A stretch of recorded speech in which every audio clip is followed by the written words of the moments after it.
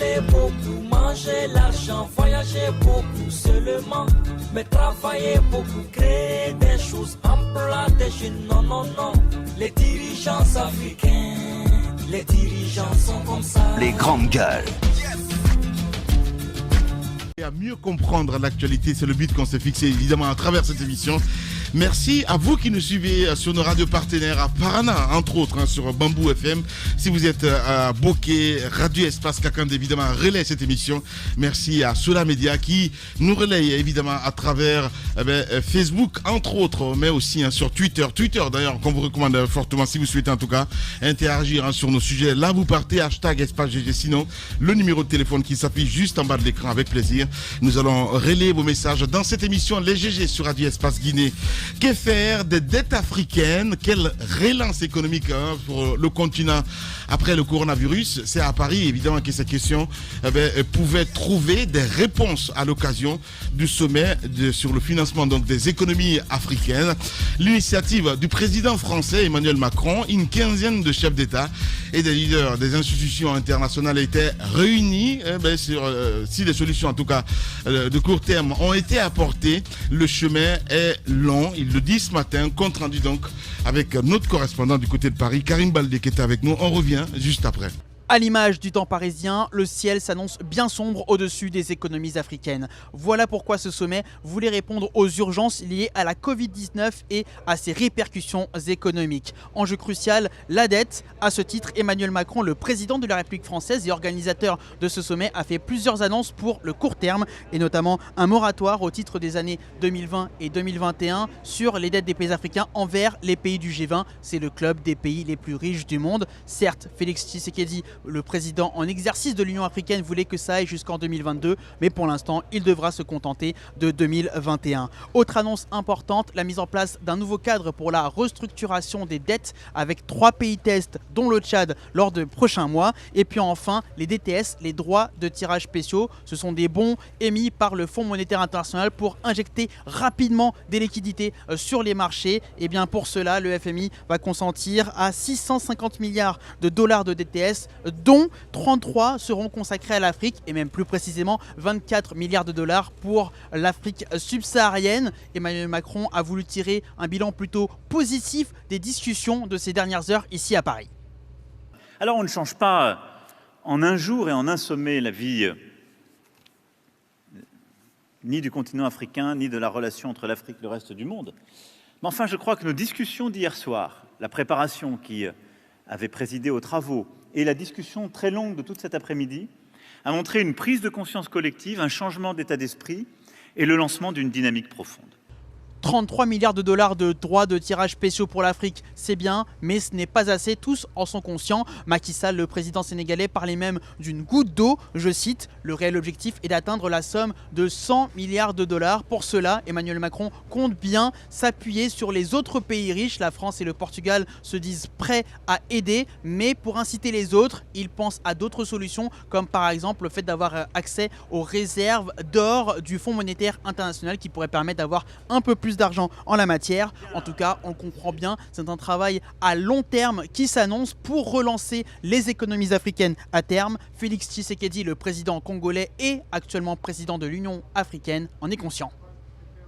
De notre côté africain, nous aurons besoin de fournir des efforts aussi parce que, disons-le clairement, s'il y a ce traitement particulier réservé à l'Afrique, c'est parce qu'en Afrique aussi, nous émettons des signaux qui ne rassurent pas les bailleurs de fonds ou les investisseurs.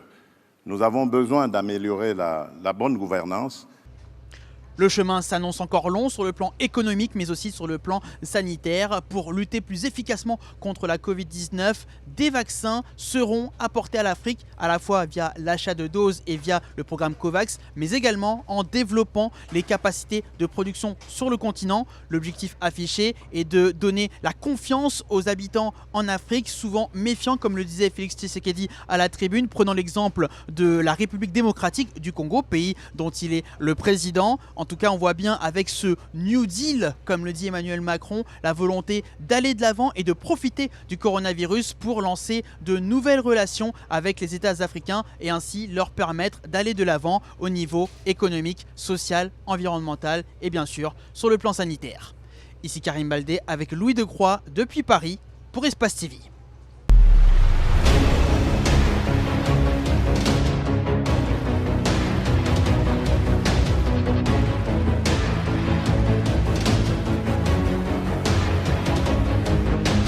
Nous rejoindre évidemment sur Radio Espace l'équipe du jour avec vous, Moussa Moïsila. Bonjour et bienvenue. Bonjour Lamine El Grassi, bonjour à tous. Mafoudia Bangoura, bonjour. Bonjour Lamine, bonjour à tous. Bonjour mon cher Jacques. Bonjour Lamine, bonjour à tous. Allez, bienvenue mon cher Ahmed Kourouma, bonjour. Bonjour, l'actualité va être chaude aujourd'hui, ça va être chaud sur le plateau. Je le sens. Bien, allez, mon cher Daouda, bonjour. Bonjour Lamine, bonjour à tous. Voilà, allez, Antoine il est là avec nous, bonjour Antoine. Bonjour Lamine. Allez, mon cher Moussa, on a regardé le compte rendu de notre ami, voilà, Karim Baldé, évidemment du côté de Paris. Oui, Karim Baldé qui a fait un excellent résumé, un excellent travail avec lui de Croix, ouais. Du côté du sommet sur les investissements sur les économies africaines.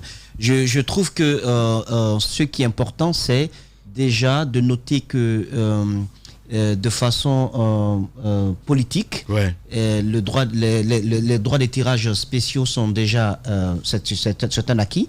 Maintenant, juridiquement, il va falloir formaliser tout cela selon les comptes rendus qui ont été effectués courant juin, ouais. Pour voir dans quelle mesure cela pouvait être possible. Mais si toutes ces grandes têtes se sont réunies et puis en avant la locomotive que constitue la France et puis l'Allemagne, ouais. Surtout le président français devant, cela signifie que cela sera un acquis et que l'Afrique pourra donc bénéficier de cette part, même si j'estime que au regard de tout les besoins, c'est une part qui est, à mon avis, c'est une portion congrue un peu de ce gros gâteau, parce que près de 30 milliards ouais. Pour le continent, je trouve que c'est en deçà des espoirs, c'est en deçà donc de tout ce qui avait été escompté par en tout cas les chefs d'État qui sont allés. Ouais. Mais c'est aussi une bonne chose parce que ça permet aux différents pays africains de mettre l'accent sur un élément fondamental que nos chefs d'État ne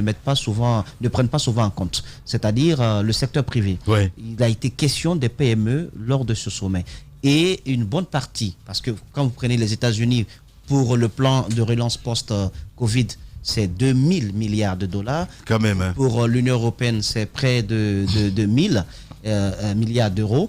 Et vous avez le continent africain qui n'est pas capable d'avoir un plan de relance post-Covid. Parce que tout simplement, on n'a pas vraiment un secteur privé qui soit fort, ouais. Qui soit capable de résister à certains contre-coups. On n'a pas. Donc, et le peu qui doit être fait par les pouvoirs publics pour permettre à ce secteur privé de s'épanouir, de jouer son rôle de véritable moteur de croissance de nos économies, eh bien, ce peu-là n'est pas fait par nos différents chefs d'État qui créent un système dans lequel le secteur privé a pour concurrent le secteur public. C'est-à-dire que vous êtes entrepreneur, vos premiers concurrents, ce ne sont pas vos adversaires dans le privé, ouais. Ce sont plutôt des ministres, des directeurs qui sont au perché et qui ont des sociétés qui vous concurrencent sur le terrain et donc qui se donnent à eux-mêmes les marchés par un truchement que vous connaissez tous. Donc, ils ont mis l'accent sur cela parce qu'ils savent qu'il faut passer par ce secteur privé-là, par ces PME, pour que l'économie puisse redémarrer de façon normale. Et c'est la meilleure façon de redistribuer les richesses. Ouais. C'est la meilleure façon. Donc, je trouve que ce sommet, c'est pas un sommet pour rien, c'est pas un sommet de plus, à mon avis, parce qu'il est un peu différent. Ouais. Le mécanisme est différent, l'urgence est là, et puis ils ont tablé de façon succincte sur ce qui doit être fait et avec un calendrier. Que si on a réuni tout ce beau monde et des engagements fermes ont été pris, notamment par le Fonds monétaire international, je pense qu'on peut s'attendre à ce que ce qui est annoncé, en tout cas la Côte-part pour l'Afrique, puisse être disponible courant juin. Voilà, partir point zéro, on va le dire comme ça. Le New Deal, disait Emmanuel Macron hier, Mafoudia Bangora.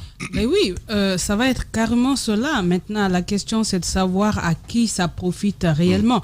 Parce que comme Moïse le disait tout à l'heure, c'est pas une première fois. Il y a toujours eu des sommets. Mais peut-être la grosse différence, c'est de voir la médiatisation à outrance de ce sommet. Ça nous amène même à nous poser des questions. Est-ce que l'Afrique elle-même, au sein de l'Afrique, même les dirigeants ont eu à prendre des initiatives pour penser à l'après-Covid? Il y en a eu, je le sais, mais pour quelle portée? C'est autant de questions. On en parlait vendredi. Moi, je me pose souvent des questions quand il y a des sommets comme ça, parce que qui est mieux placé pour penser des solutions pour nous si ce n'est nous-mêmes? Et l'Afrique est restée dans ce contexte. Ça fait plusieurs années qu'on est dans cette situation. On a ce sommet qui a lieu aujourd'hui. Et sur la table, on parle plus de la question de dette. La dette, quand même, c'est un véritable problème qui a, si on veut, c'était comme un frein, c'est comme cette main qui vous étrangle, qui ne vous lâche pas, qui ne vous permet pas de vous en sortir. Depuis les indépendances, c'est la même situation. Aujourd'hui, on nous parle d'aide et autres, mais ces aides-là, pour les économistes, pour ceux qui s'y connaissent en finance, quand on rentre dedans, on sait que c'est pas totalement gratuit. Il y a tellement de choses dedans. Et lorsqu'on nous donne de ces montants, est-ce qu'il y a une garantie aujourd'hui pour l'utilisation efficiente de ces montants? Ce qui va faire qu'aujourd'hui, il y a beaucoup de pays il y a beaucoup de pays en Afrique aujourd'hui. Il y a des dirigeants, il y a les populations, mais ces pays-là ne les appartiennent pas, simplement parce que justement, il y a eu des engagements vis-à-vis des partenaires, ce qui fait qu'à un moment donné, vos ports ne vous appartiennent pas, vos aéroports ne vous appartiennent pas. Je reviens sur ça. Pourquoi? Parce que lorsqu'il y a échange, aucun pays ne se développe à vase clos. Il est important de collaborer, mais lorsqu'on collabore, il est plus important qu'on puisse mettre sur table ce qui nous avantage, nous. Ce qui est bien pour nous. Mais je pense que c'est l'erreur des dirigeants africains. Lorsqu'on va à ces sommets, on y va plus pour penser, déjà, l'Europe dans sa tête, l'Afrique, il faut l'aider. Et les Africains, quand ils vont, nous avons besoin d'aide. Mais est-ce qu'il n'y avait pas une solution aujourd'hui de penser les solutions à l'africaine? Parce que le gros problème de l'Afrique aujourd'hui... Qu'est-ce que tu appelles les solutions à l'africaine? Non, les solutions à l'africaine, même quand on prend les solutions à l'international, aujourd'hui on veut donner de l'argent à l'Afrique. Mais lorsqu'on va par exemple sur le marché, lorsqu'il y a le cacao qui est produit, le pétrole, comment l'Afrique vend ces produits? Tout ceci, je pense qu'il y a des règles à la base qu'il va falloir revoir si on veut aider, évidemment, mais ceci ne viendrait pas de ceux qui veulent aider. Ceci doit venir des Africains eux-mêmes, parce qu'il y a un véritable problème. Quand on prend la gestion, on prend la corruption, on va nous donner des milliards, autant de milliards qu'il faut, mais d'abord ça va endetter ces pays parce qu'il faudra les payer même si c'est sur 100 ans. Et lorsque ces montants ne sont pas bien utilisés, parce que qu'est-ce qui garantit même qu'au sortir de ces sommets, ces montants seront bien utilisés pour ces pays? Alors on se retrouve dans des situations plus chaotiques, avec une impossibilité, ou bien on se retrouve avec plus de dettes, mais n'étant pas sorti de la situation. Moi, c'est ce qui m'inquiète. C'est pourquoi généralement je ne me réjouis pas de ces sommets, parce que je pense que la solution, on ne la pense toujours pas nous-mêmes. Mafoudia, allez-y, Jacques Lévaleno. Et je crois qu'elle n'est pas la seule à penser comme ça, même les dirigeants eux-mêmes qui ont participé. J'ai écouté Macky Sall qui disait depuis longtemps, on nous a habitués à des solutions pensées par d'autres, et cette fois-ci, il disait donc nous sommes venus pour quand même réfléchir ensemble. Sauf que dans les faits, ce n'est pas ça, parce que quand ils ont voulu même ramener quelques initiatives au niveau de l'Afrique, je veux parler par exemple du vaccin, ils sont restés toujours dans la mendicité, c'est-à-dire il faut libérer les brevets, il faut donner la possibilité à ce que le vaccin soit produit, n'est-ce pas, en Afrique, pour amener, n'est-ce pas, les citoyens à pouvoir adhérer à la politique du gouvernement, ou disons de l'Union africaine. Le problème, c'est que oui, pour le Sénégal, on m'apprend qu'il y a déjà des travaux qui sont en cours. Mais ce qu'on est en train de dire, le message, c'est de dire à l'Europe, venez produire les vaccins en Afrique. On n'est pas en train de travailler avec... Justement, il parlait même des risques de variants aussi, ce qui concerne, quand on prend le cas du coronavirus, je parle de Macky Sall. Oui, aujourd'hui, il y a plusieurs variants qui circulent. On parle du variant britannique, je crois, qui a fait ses preuves déjà. Et puis, aujourd'hui, la crainte, c'est autour du variant indien, dont on dit qu'il serait, n'est-ce pas, beaucoup plus contagieux et beaucoup plus dramatique. Donc, aujourd'hui, cette indépendance effective au niveau de la science, de l'expertise, l'expertise locale pour pouvoir affronter nos problèmes, nous ne l'avons pas, et je ne crois pas qu'à travers ce sommet qui vient d'avoir lieu à l'Élysée, que nous l'avons obtenu même un tout petit peu. Et puis, il n'y a pas eu d'engagement. Il ne faut pas l'oublier. On dit un nouveau deal, mais il n'y a pas eu de deal. Il n'y a pas eu d'engagement précis. C'est vrai, on dit 30 millions de dollars avec les...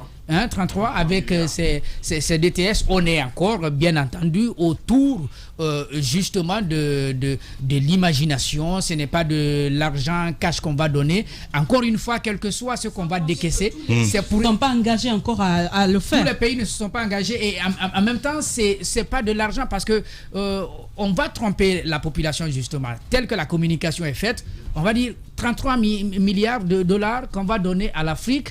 En réalité, ce n'est pas 33 milliards qu'on donne à l'Afrique, mais 33 milliards de dettes qu'on aide l'Afrique à payer auprès des institutions financières. Donc, concrètement, il n'y a pas d'argent qui revient. C'est vrai que ça soulage un peu les budgets nationaux de développement si, bien entendu, c'est fait, mais c'est une réorientation de la dette. On l'enlève quelque part pour l'amener de l'autre côté, parce que ça va rester entre l'Afrique, entre les pays africains et ceux qui aident à payer ces dettes. Allez-y, mon cher Ahmed. Moi, je suis circonspect ce matin. C'est pour ça que je t'adore, ma filiale, parce qu'on a les mêmes visions, en fait. Alors, il faudrait expliquer à nos auditeurs ce que sont les tirages spéciaux. Les tirages spéciaux, c'est un instrument économique qui a été inventé en 69 par le FMI pour compléter les réserves des banques centrales. Donc, ça veut dire qu'effectivement, l'Afrique, aujourd'hui, a besoin de 295 milliards de dollars de liquidités. Donc on va effectivement, puisqu'on bénéficie déjà de 35 milliards, d'une autorisation de 35 milliards de tirages spéciaux, on va l'augmenter. Et on va du coup augmenter la dette du continent africain. Mais ce qui est terrible, je prends toujours l'exemple sur le général de Gaulle et sur Ahmed Sékou Touré. Le général de Gaulle avait voulu, coûte que coûte, que la France soit indépendante au sortir de la guerre. Et pour ce faire, ils se sont installés au Gabon, ils ont cannibalisé le Gabon au niveau de son pétrole, etc. Pas au nom de l'indépendance française énergétique. Le New Deal, la France est sortie du joug de l'OTAN pour encore être indépendant, décider de son destin. Pourquoi, et Ahmed Sékou Touré disait souvent, et là on parle de politique, pourquoi ce qui vaut pour les autres ne vaudrait pas pour nous? Au nom de quoi la France s'autoriserait à financer, décider et puis faire une grande messe, parce que ce n'est que du showbiz. Laisse-moi finir. Laisse-moi finir. Allez, tu vas me mettre en colère ce matin. C'est du showbiz. Ce n'est que du showbiz. Elle n'a rien demandé. Non, mais la France a quoi? Elle n'a rien demandé quoi? Elle n'a rien demandé. Ils sont nos peuples. En dehors de Moussa, Moïse, oui. Je dis que nos peuples, les peuples africains, ont du souci à se faire. Parce que si nos avenirs, si nos économies, si nos matières premières, si nos pensées économiques, si nos pensées historiques sont décidées par les autres, on a vraiment du souci à se faire. Allez-y, mon cher Daouda Mohamed Kamara. Amine, vous me donnerez la parole. Oui, Moussa, voilà, c'est juste... les souverainistes à deux bases, là, il faut sortir de ça. Allez-y, Daouda. Voilà, moi, je dirais plutôt aujourd'hui qu'il y a un certain nombre de leçons qu'il faille tirer de cette rencontre, de ce sommet de Paris. C'est que la France, on l'a vu...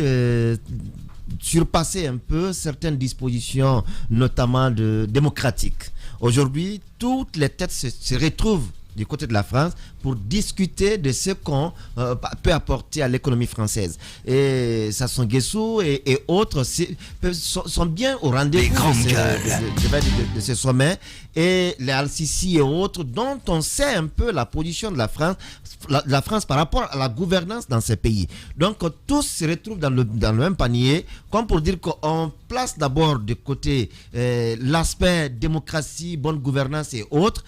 Parlons d'abord du positionnement qu'on peut avoir. Et pendant ce temps, les institutions ou les structures africaines, notamment l'Union africaine, la CEDEAO, CDK et autres, on ne sait pas depuis le début de cette maladie à quel niveau ces structures se sont retrouvées pour un peu parler des problèmes que traverse l'Afrique aujourd'hui. On laisse le président aller. Les organisations sont en Afrique et on ne sait pas, entre la Guinée et le Sénégal, qu'est-ce que la CEDEAO fait pour permettre la fluctuation des marchandises entre les deux pays. Il y en a d'autres qui également, entre eux, il n'y a pas de passage, il n'y a pas de traversée. Mais on laisse tout cela, on pense que c'est en allant à Paris, en allant écouter ces présentations de fonds virtuels que l'Afrique va se développer. Parce que moi, jusqu'à preuve de contraire, aujourd'hui, ce n'est qu'un fonds virtuel. Ce n'est pas du cash. Non, c'est du fonds virtuel. Ce n'est pas du cash. Le DTS dont on parle, allez travailler un peu plus davantage sur cette question. Le DTS, ce n'est pas du fonds qu'on prend comme d'habitude. On vient, on dit, bon, on vous accompagne avec tel montant. Merci. Ou on vous accompagne avec tel autre montant. C'est du virtuel. Vous avez à l'esprit que l'argent est à vous, mais vous n'avez pas vraiment la possibilité de toucher à cet argent. Bien. Et aujourd'hui, il y a eu ces discussions autour de cela, mais on ne sait pas trop dans quel cadre réel, parce que la dernière fois je suivais du côté du Tchad par exemple, où le secteur privé, ceux qui devaient à l'État, les entrepreneurs qui devaient à l'État, dont l'État devait d'ailleurs, se réjouir parce qu'il y a eu ces engagements, il y a eu ces annonces, mais il faut bien attendre en quoi ces montants, si ils quittent le cadre ou l'aspect virtuel pour être du cash, comment l'utilisation va être faite? Est-ce qu'on va plutôt renforcer le secteur privé pour permettre, parce que c'est là, il y a l'enrichissement réel si on travaille avec le secteur privé. Merci. Mais lorsque c'est destiné à ceux qui sont au pouvoir, comme on le sait, c'est les poches. Et puis voilà, c'est le petit cercle, le petit système qui va encore retenir l'Afrique dans sa pauvreté, dans son austérité. Bien, qu'en pense notre Antoine Kourouma? Évidemment, allez-y. Drôle d'introduction. Comment ça? Ah ben si, qu'en pense notre Antoine Kourouma? Antoine Kourouma pense que ce sommet n'avait pas lieu d'être. Oui. Mais si, ce sommet n'avait pas lieu d'être. Bah ouais. Tu vois l'introduction, maintenant pourquoi je le fais? La montagne a accouché d'une souris. Ouais. C'est une goutte d'eau que les chefs d'État ont récolté finalement sur 100 milliards de dollars prévus, annoncés. Ouais. On n'a pu récolter que 33 milliards, 24 pour l'Afrique de l'Ouest, l'Afrique subsaharienne. La question, c'est comment se fera le partage du butin.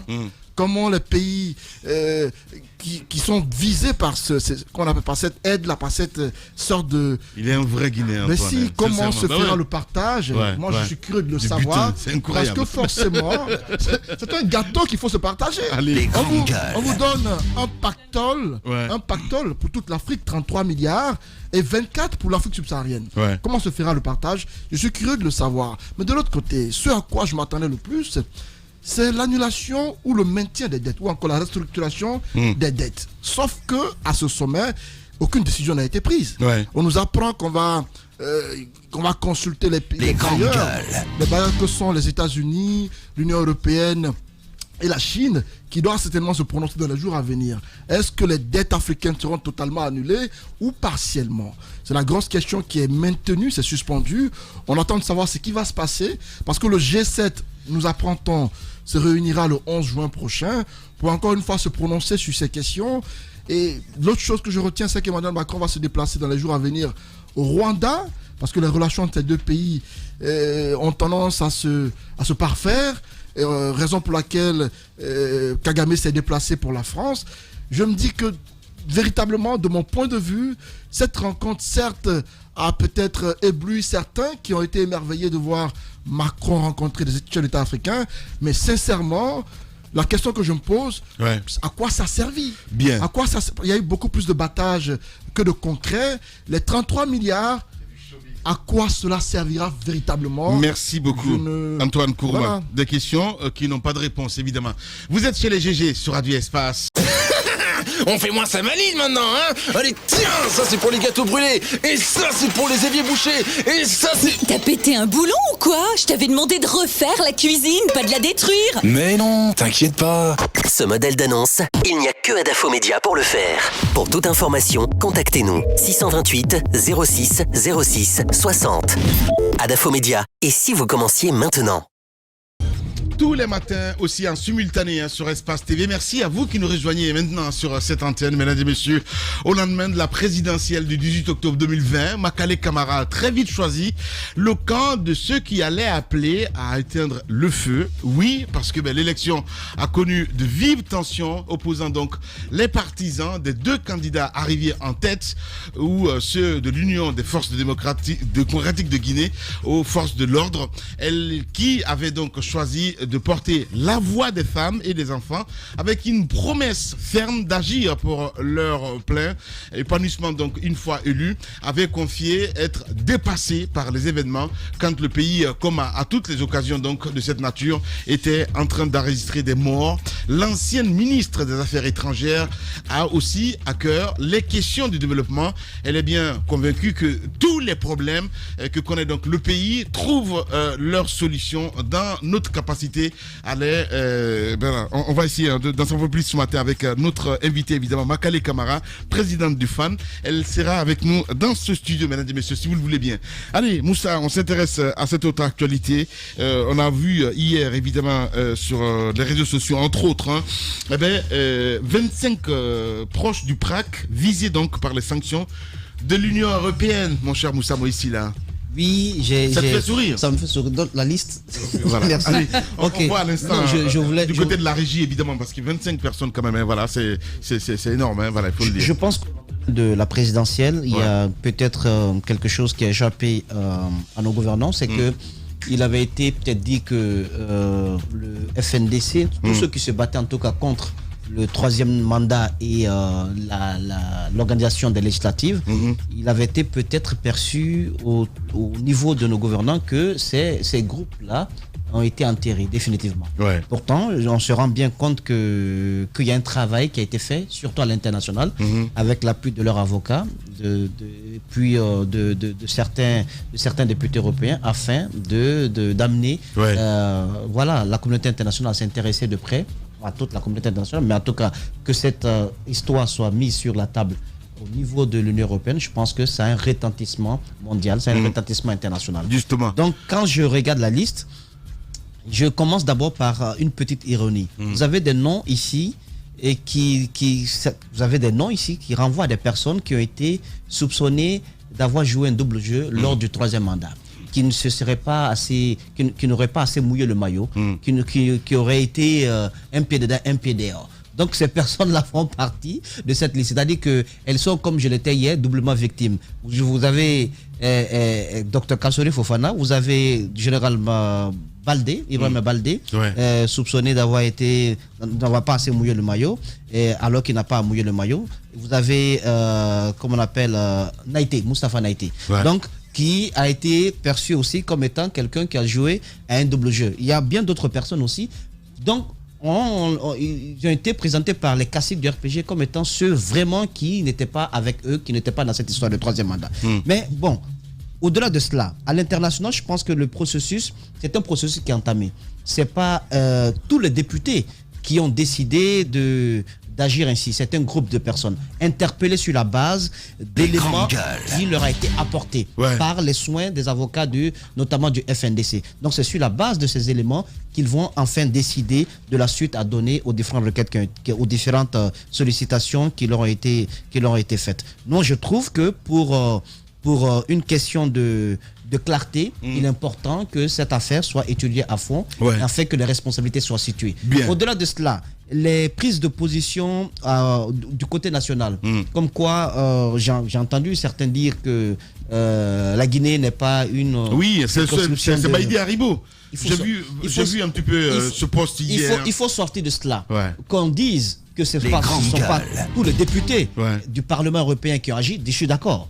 Que c'est un groupe peut-être qui est proche qui a une lecture de la situation en Guinée complètement différente de la lecture. Quoique c'est la panique avant, parce qu'on a vu quand même le gouvernement se précipiter hier à sortir un communiqué là-dessus, mon cher Moussa. Oui, mais en même temps, il faut pas aller dans comment on appelle, il faut pas aller dans la globalisation. Quand on dit que face à une telle démarche qui a été entreprise, qui n'est pas une condamnation en soi, l'Union européenne n'a pas décidé d'agir tout de suite contre ces personnalités. réalité, c'est un processus. Alors, quand on dit ça suite à cela, un petit peu le dossier du 28 septembre. Voilà, quand on dit suite à cela que c'est pas la Guinée n'est pas une circonscription de la France, de l'Union européenne. Oui. Je trouve que c'est une mauvaise lecture que l'on fait et c'est l'expression d'une peur bleue qui nous hante. Il faut plutôt gérer cela avec tact.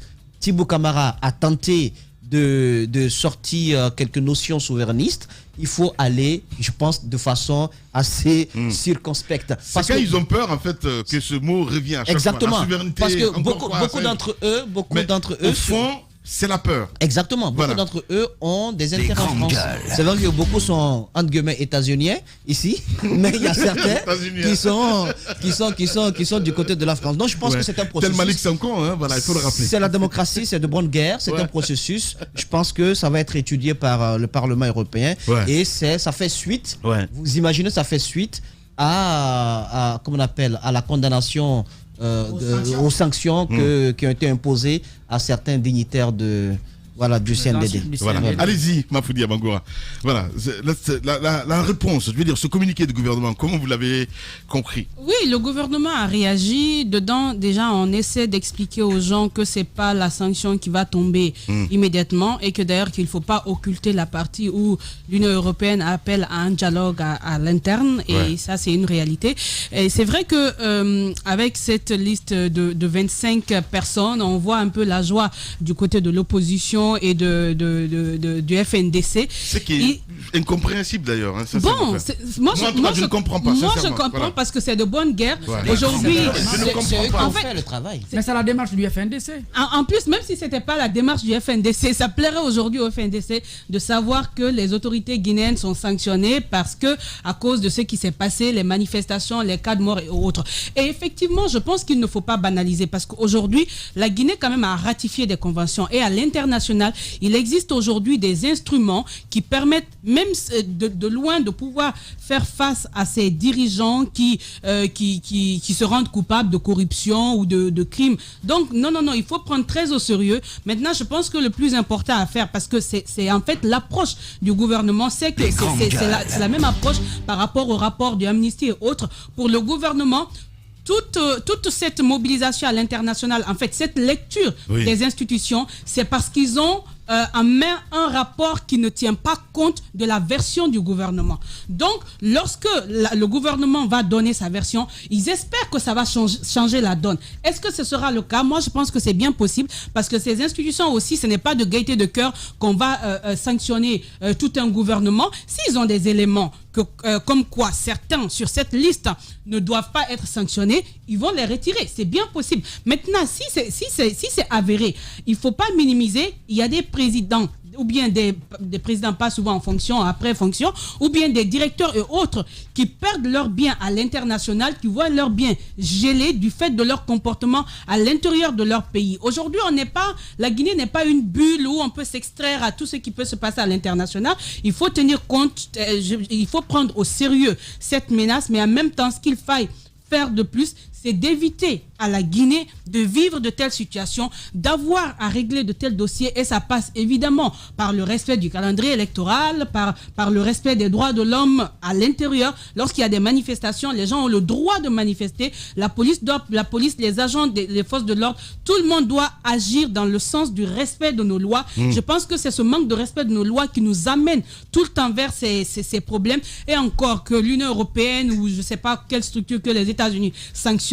à la fin, qui est-ce qui perd? C'est la population guinéenne d'abord du fait des morts, et en plus, lorsque les biens sont gelés à l'international, c'est quel bien? C'est quand même souvent l'argent du contribuable qui est ramené là-bas. Et quand on sait aujourd'hui qu'il y a même débat autour de ces renvois et tellement de choses, je pense que la meilleure des choses, c'est d'avoir une meilleure approche pour qu'à l'interne, ça puisse bouger et qu'on évite de tels problèmes. Voilà, allez-y mon cher Jacques. Oui, d'abord, première des choses, les sanctions ne visent pas la Guinée. Ce sont des personnalités guinéennes qui sont visées si bien entendu l'Union européenne venait à prendre ces sanctions. Donc on peut naturellement estimer que peut-être le peuple pourrait gagner si on se rend compte que cet argent, parce qu'il y a eu ce phénomène plusieurs fois sur le continent où on a pris les comptes, on a gelé les comptes de quelques dignitaires ou des pays et puis on a rapatrié ces fonds. Si c'est ce qui est fait, je crois que ça ne dérangerait pas. L'autre chose qu'il faut dire, tout dépendra de la position qu'a l'Union européenne par rapport à ce qui s'est passé en Guinée. Parce que tout est lié au troisième mandat et au référendum qui a précédé donc ce troisième mandat. L'Union europééenne avait émis un avis que moi j'avais un peu critiqué ici dans ce studio parce qu'après elle n'a pas eu la même attitude vis-à-vis de ce qui s'est passé en Côte d'Ivoire. Mais encore une fois, la position de l'Union européenne était assez précise, c'est qu'elle s'alignait derrière les réclamations qui étaient faites à l'interne ici par certaines organisations de la société civile, par certains partis politiques. Et l'Union européenne est représentée ici par des ambassadeurs qui ont donc observé tout. Donc il y a une certaine lecture qu'on a de cette situation et il y a une position qui a été prise derrière. Maintenant, je suis d'accord que c'est un groupe de députés qui a fait le travail pour l'instant. Mais si le gouvernement est allé jusqu'à répondre assez vite, c'est parce qu'on a vu qu'il y a déjà 5 Guinéens, mais pour des faits qui remontent à 2009, qui sont sous sanction. Peut-être qu'on s'est dit, si on s'était et si on ne donne pas notre version des faits, on pourrait être surpris et puis avoir évidemment ces personnes qui vont tout naturellement être sanctionnées. Encore une fois, pour des individus qui sont visés, si ils n'ont rien à se reprocher, ils n'ont pas à craindre grand chose, mais moi je ne vois pas à travers eux toute la Guinée, quoi. Ouais. Allez-y, mon cher Ahmed Kourouma. Moi je suis assez, je sais pas, il y a quelque chose qui me dérange. J'ai l'impression que pour qu'on sanctionne certaines personnalités ou qu'on les mette dans le collimateur de l'Union européenne, je veux bien, mais il y a quand même un 2 poids 2 mesures qui est fait au niveau de la Guinée. Lorsque je compare le traitement qui est réservé à la Guinée ou aux dirigeants guinéens et ceux qui est réservé aux dirigeants ivoiriens, et pour les mêmes raisons, troisième mandat, tuerie, droits de l'homme, etc., je reste circonspect quant au traitement qui est réservé à notre pays. Ça, c'est le premier des constats. Alors, sur quelle base l'Union européenne, ou plutôt certains députés de l'Union européenne se sont basés pour sanctionner ces dites personnes? Là aussi, la question est à débattre dans la mesure où... Quoi? Non, enfin, il n'y a pas de sanction. Enfin, voilà. Nommer ces personnes. C'est une demande. Oui, cette demande, pardon, effectivement, cette demande. Là aussi, il y a débat, parce que le rapport, aussi bien le rapport américain que le rapport de l'Union européenne est quand même très contesté par le gouvernement et par Amnesty International, est quand même très contesté par leur gouvernement. Et pour preuve, il y a un rapport qui est sorti hier. Je me permets juste de regarder l'intitulé, parce qu'il a été fait, là, pour le coup, par des jeunes Africains, qui remet en cause point par point le rapport de Amnesty International qui se serait, je dis bien au conditionnel, basé sur des faits erronés, certains faits. Donc, posons-nous ces questions-là. Comment se fait-il qu'il y ait un traitement très particulier, très singulier qui est réservé à la Guinée, et la Côte d'Ivoire qui, dans le même temps, fait les mêmes choses, ou plutôt a fait les mêmes choses, a un regard ou un traitement qui est complètement différent. Ça, c'est la première des choses. Alors, que l'on sanctionne les dirigeants guinéens si c'est fait sur la base de rapports impartiaux, je veux bien. Mais là, quand même, j'ai une lecture, moi, complètement différente. Et il y a quelque chose qui me dérange au royaume, en ce moment, des défenseurs des droits de l'homme. Voilà. Il y a une espèce de coalition avec les partis politiques, une espèce de... Les gens qui font des rapports sont en général, souvent partisans, font partie de certains partis politiques. Donc, cela me dérange. C'est-à-dire l'indépendance de ceux qui sont... Mais comment comprendre le communiqué du gouvernement d'hier, le communiqué qui est sorti parce que d'habitude, on prend 24 heures, on prend 72 heures, mais tout de suite, là, il y a une chose, c'est Thibou Camara qui est aux commandes, donc Thibou est un ancien journaliste, il réagit très très vite. Ça, c'est pas le PM quand même. Non, attendez. C'est ce que je dis. On parle du gouvernement là. Non, mais je te dis que Thibou est le porte-parole du gouvernement, et c'est un ancien journaliste, donc il répond.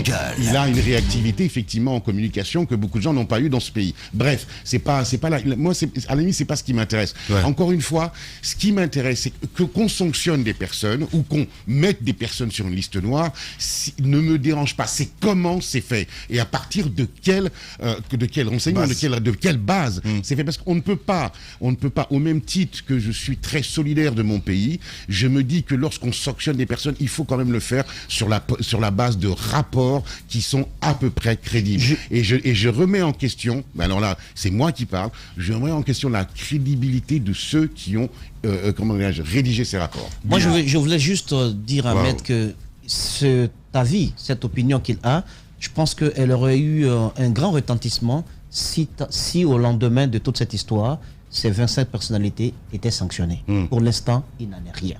On ne peut pas quand même reprocher à la société civile guinéenne, à ces jeunes activistes, d'être plus entreprenants d'être plus entreprenants que la société civile ivoirienne ou sénégalaise. Ils ont fait un travail.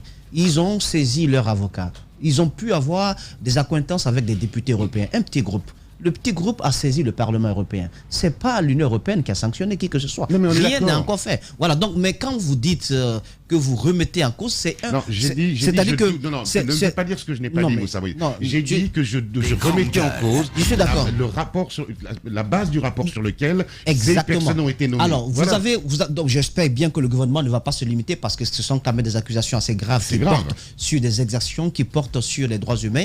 J'espère que la défense du gouvernement, ce n'est pas le communiqué de M. Thibou Camara qu'on a vu hier. Il faut aller au-delà de cela. Voilà. Si le gouvernement avait pris la mesure de la situation en faisant de telle sorte qu'au lendemain de ces deux élections, les procès se tiennent dans des conditions vraiment du respect des droits des prévenus, dans l'indépendance totale de la justice guinéenne. Si cela avait été fait, des jugements avaient été faits de façon assez je dirais de façon assez vertueuse, avec les avocats des différentes parties qui ont accès à leurs clients, qui peuvent faire tout ce que la procédure permet. Si cela avait été fait, permis par le gouvernement, on n'en serait pas là. Et quand même, l'État qui se targue d'avoir des preuves. Donc, parce que cela aurait permis aujourd'hui, je ne sais pas qu'est-ce qu'ils vont préparer comme défense, mais cela aurait permis d'opposer à la démarche de ce groupe de députés et une autre démarche. Et puis pour finir, vous savez, le Parlement européen, quoi que l'on dise, c'est un lieu de lobby. Les députés, c'est un lieu de lobby. Ils ont fait une véritable dommage. Pas que le Parlement européen, je veux dire, mais aujourd'hui le lobby. Partout. Alors, au moment où je vous parle, je suis sûr que Sékou Touré a déjà aussi son petit groupe de députés et qui va porter haut la défense également du gouvernement afin d'opposer à tout ce qui a été amené par ces groupes de députés afin de les mettre à nu. J'estime. Mais ce qui est important, c'est pas le combat qui se fait là-bas. Le gouvernement aurait pu régler cette situation sur le terrain ici en laissant la justice faire son travail. Mais tu viens de dire une chose. Il y a une chose, excuse-moi là, il faut répondre à ce qu'il vient de dire. C'est vrai qu'il y a une chose qui est claire, c'est que le lobbyisme aujourd'hui c'est un métier, que effectivement les jeunes activistes guinéens ont fait un très très bon lobbying, et que le gouvernement, ou plutôt Sékou Touré, pêche par son manque de lobbying. Je pense que s'ils avaient réagi effectivement, tout ce que tu viens de dire est absolument juste. Je suis d'accord avec toi. S'il y avait eu des procès, si les avocats avaient eu accès, avec des si, on remet Paris en bouteille. Moi, ce que je dis juste, c'est que là où le gouvernement, ou plutôt Sékou Touré pêche, c'est que nous savons que dans les rapports qui ont été faits par Amnesty International, et je distingue bien Amnesty International de la société civile guinéenne, il y a quand même des gens qui, à un moment donné, ont fait partie de partis politiques de l'opposition. Et moi, j'en ai été membre. Donc, lorsque mon pays est indexé par l'intermédiaire de gens qui le représentent au niveau de l'État, j'entends que ce soit fait à base de rapports fiables. Merci beaucoup, Ahmed.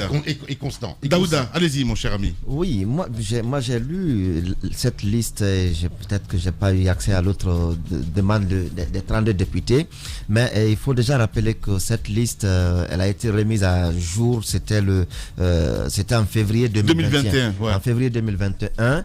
Et qu'est-ce que cette même liste attendait après cette remise à jour jusqu'à mai, pendant que je vais dire le représentant de l'Union européenne, le vice-président, sort une liste des personnalités du CNDD, les 5 personnes dont le séjour est interdit sur l'espace de l'Union européenne, et le gel éventuel de leur avoir s'il y en a sur le sol. Est-ce que ça a vraiment un lien avec cette autre liste? je me dis que par moment, il y a eu une opportunité saisie pour la publication de cette liste, parce que déjà, l'autre étant, la première décision étant un peu plus officielle, il faut greffer à l'ambiance de l'actualité cette liste pour encore amener à se poser plusieurs questions. Je ne sais pas si je suis compris par moi. Moi, je ne comprends pas trop. Mais je suis un peu perdu. Ça prendrait... C'est ce que je veux dire.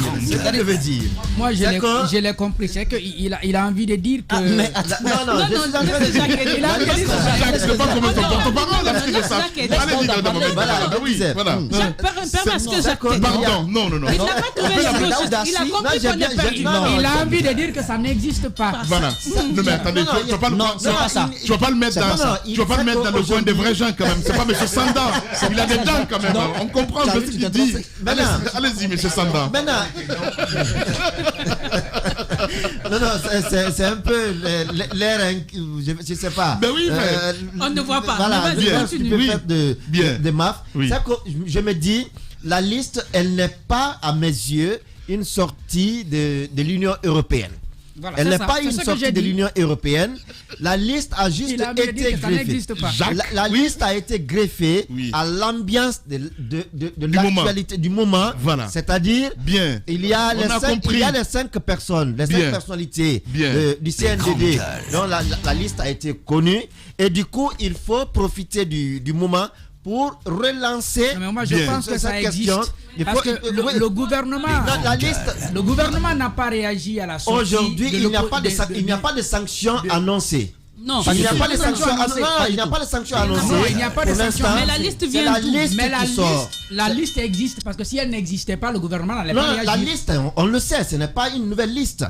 Ce n'est pas une nouvelle liste. La liste existe depuis les différentes périodes qu'on a connues. Depuis février, non, avant même février. Au lendemain. Avant février, depuis 2020. Les listes sont, et on a vu ces différentes listes qui sont, qui sont balancées sur les réseaux sociaux ou sur le site de. Attention, parce que les premières listes du FNDC. Sur la liste du FNDC, il y a beaucoup de listes. Merci. Les listes, les noms viennent au compte-gouttes. Merci beaucoup, Daouda Mohamed. Les noms viennent au compte-gouttes. Bien. C'est pas le président des vrais gens, il faut le rappeler. Descendant. Allez-y. Ce que je souhaite dire. Oui. Peut-être, il veut dire que c'était dans l'air du temps. Et que non, je l'explique pas. Oui. Mais je veux juste, par rapport au dossier du 28 septembre, quand même signaler que le massacre a eu lieu en 2009. Oui. Il a fallu attendre plus de 10 ans pour des enquêtes, pour des recoupements, pour des témoignages, pour des lobbying, afin que l'Union européenne, 12 ans après, sorte une petite liste de personnes qui disent ces personnes sont sanctionnées. Pour le cas, non, attendez, pour le 28 septembre, c'est pas la première liste. Non. Il y a eu ici en 2009, en 2010, il y a eu des sanctions où les noms ont été sortis. Non.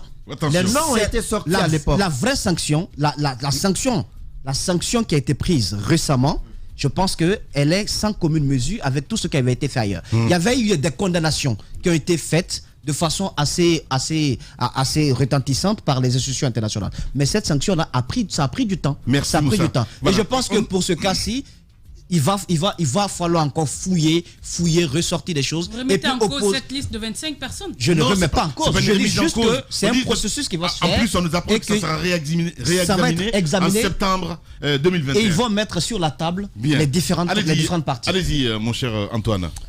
Moi, cette actualité, surtout les sorties multiples de Tibou Camara, m'amène à comprendre pourquoi il a été nommé à son poste de porte-parole du gouvernement. Cette sortie des 32 députés du Parlement européen, ça fait panique à bord. Rien qu'au regard du texte ou du contenu de la sortie de Tibou, fait comprendre largement que le gouvernement guinéen n'est pas tranquille. 32 députés sur combien au Parlement européen? On a 705 députés au Parlement européen. Si 32 seulement émettent un avis ou saisissent le Parlement pour une certaine prise de décision de l'Union européenne, je me dis qu'il n'y a pas lieu de paniquer côté gouvernement guinéen. Je suis parfaitement d'accord avec toi. Si on a paniqué, cela signifie qu'on accorde du crédit, qu'on accorde un certain intérêt à cette sortie des eurodéputés. Et donc, on a l'impression que notre gouvernement veut nous faire croire qui ne considèrent pas ce qui a été dit. Je prends juste les premiers mots du communiqué de Tibou. Oui, du gouvernement. De Tibou pour répondre à ce communiqué. Une liste de personnalités guinéennes qu'un groupe de députés européens... C'est du gouvernement, hein. De Tibou Camara. C'est pas le gouvernement de Tibou Camara. Allez-y, Antoine. C'est signé par... S'il vous plaît, allez-y, Antoine. C'est signé par Tibou Camara. Oui, mais... Allez-y, Antoine, s'il vous plaît. Je reviens sur les premiers mots du communiqué de Tibou Camara qui a été publié hier.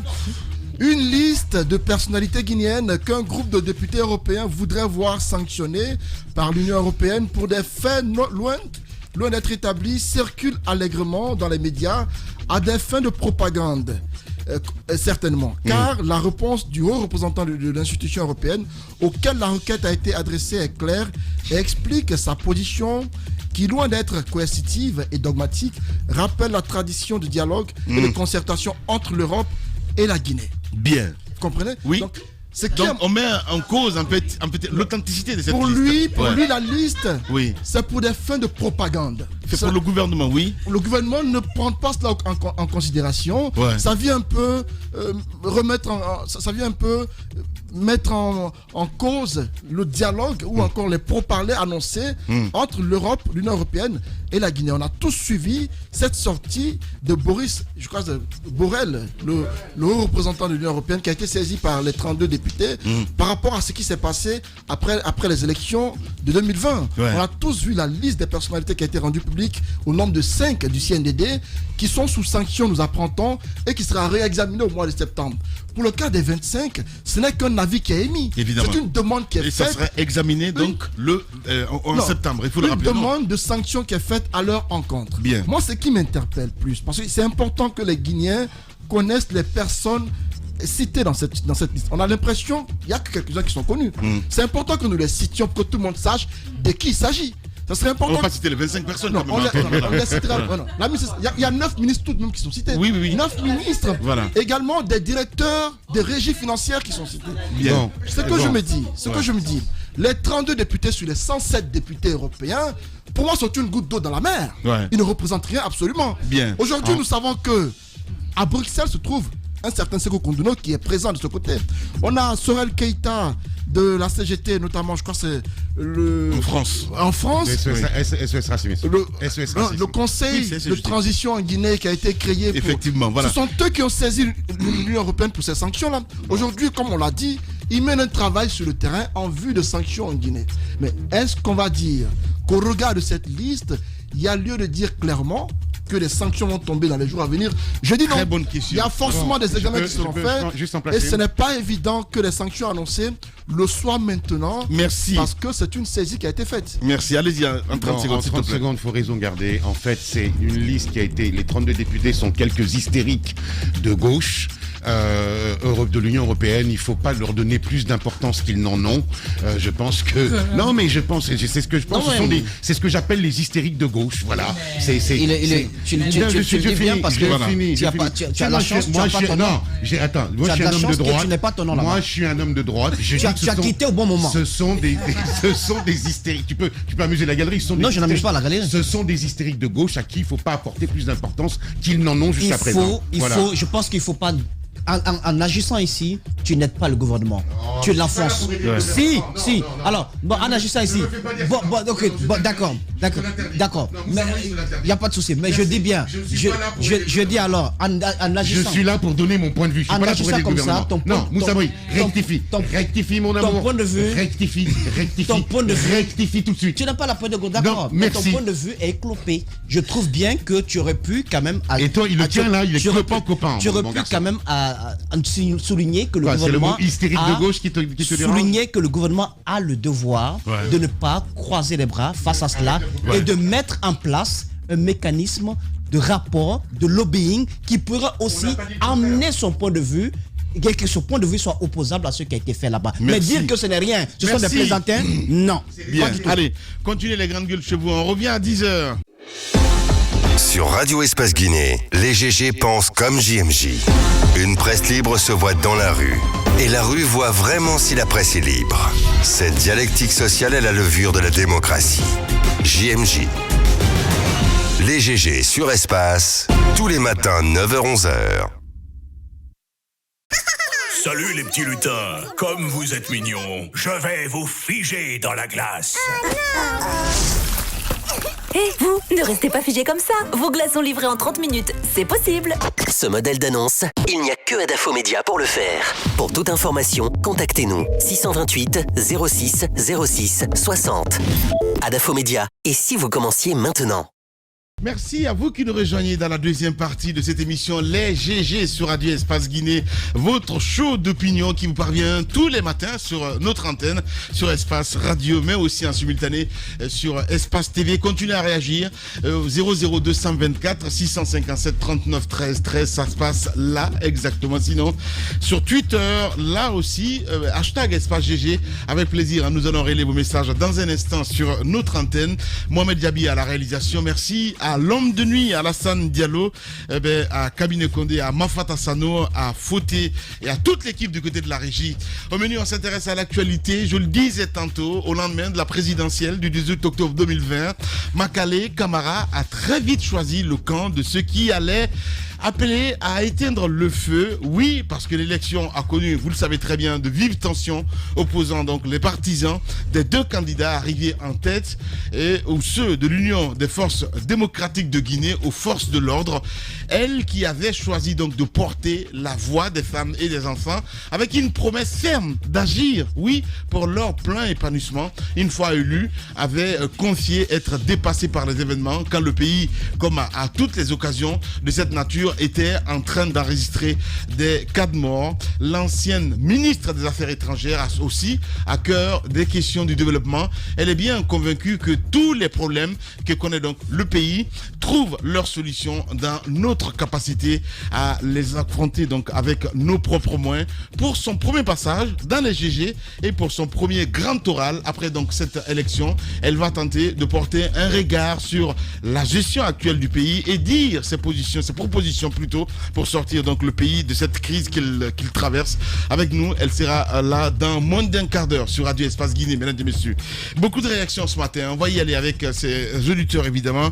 Bonjour les GG, vous voulez qu'on dialogue sur quoi? Se pose cette question de ces auditeurs, pour dire quoi? Libérer les détenus politiques, y compris les anonymes, et parlons de développement pour une fois. Signé Dulde Fogo depuis Solo Primo qui nous envoie ce message.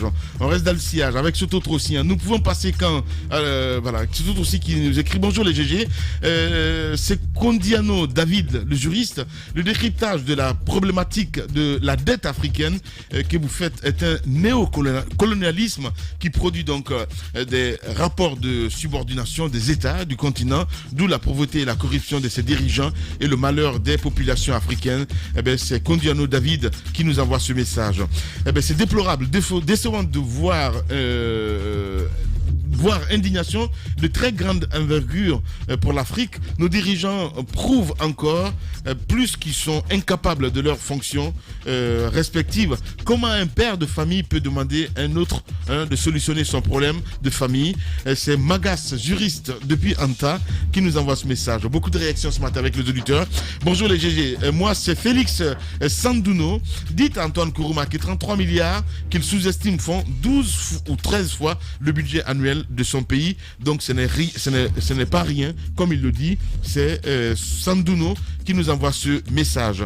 On reste dans le sillage avec Abdul depuis Dixon aussi qui nous écrit bonjour les GG, sauf sommet, je suis d'accord avec Ahmed Kourouma à 100% sur les questions de développement économique ou de démocratie. La solution viendra de l'Afrique. C'est Abdul depuis Dixon qui nous envoie ce message.